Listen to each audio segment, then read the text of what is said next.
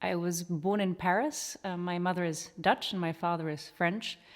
And we stayed until we were approximately 8 years old. I moved first. I'm the trendsetter in the family, as I like to say. And I moved to the UK, to the Menuhin school, boarding school, and my parents and my brother followed. And then we spent pretty much a decade in the United Kingdom. My brother is a viola player. He actually studies here in Kronberg. So I don't come from a musically professional family. I come from a hugely music lover family. I was very close with my brother. I remain very close. I think we were sometimes mistaken for twins. We still are sometimes today. We did a lot of sleepovers as well and house concerts, and my brother and I absolutely loved waking up in the morning very early and planning a concert together. Like, I think my father even got us like little program templates, and we would stand in front of their door and make concerts or, organize little soirees and things. So definitely a best friend in music, and really a better start I could not have hoped for.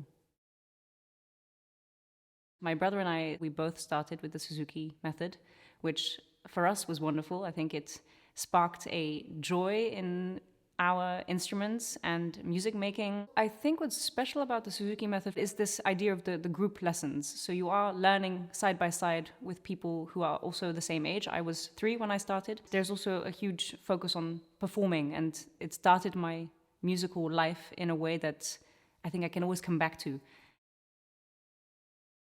At school, we used to have a jazz party every year, which was one of my favorite times of year. My big love is definitely vocal jazz. I used to sing a little bit. If I could have been born in a different era, I think the 30s or 40s, that would have been pretty great. I think one of the first songs I performed was Cry Me a River. I love that song. I think somehow I'm a little bit of an old person trapped in a young person. I had a very interesting conversation with a friend of mine the other day. We were talking about success, about careers, and he said it's about the musical family that you create. You can develop such deep friendships in a way in a very small amount of time because you've gone to places that you would not with other people. We have a sort of worldly family, which is pretty incredible, and I feel like if I go somewhere in the world, I'm in Tokyo tomorrow, I know exactly who to call, and I think that's such a blessing.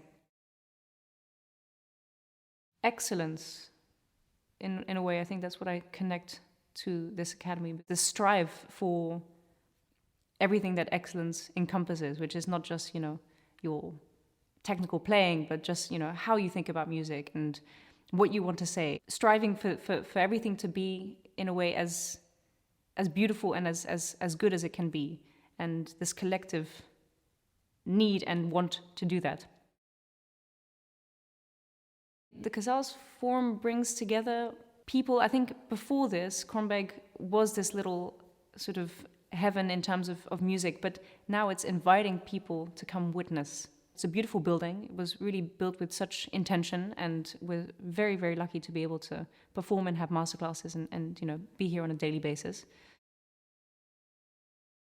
I felt the most connected to humans and music in very small moments. With my friend, we once did a concert for children who definitely had quite a few disabilities, and they were living in a house together. And we played, on our program, we had My Fair Lady. And so we said, if you want to dance to My Fair Lady, you're more than welcome to stand up and just, we will live this moment together.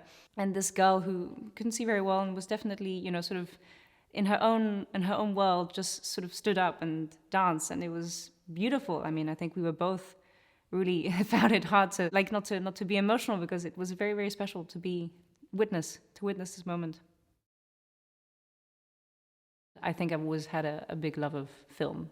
What ultimately moves me the most is something very real and very raw. When I see someone standing in, let's say, a role, and they are this person, they are this role. I think that is the ultimate sort of way of becoming what you do. And I think that's what I would hope, and that's what I love to be able to do when I'm on stage. It's just that you forget about where you are and who this is, and it's just, there is such an honest message being transmitted that it just goes directly from one soul to another. You have this 2 hours where you're just completely transported into a world, and I think it's a comparable thing to music. You're just in a very different universe. Curious, compassionate, and surprising.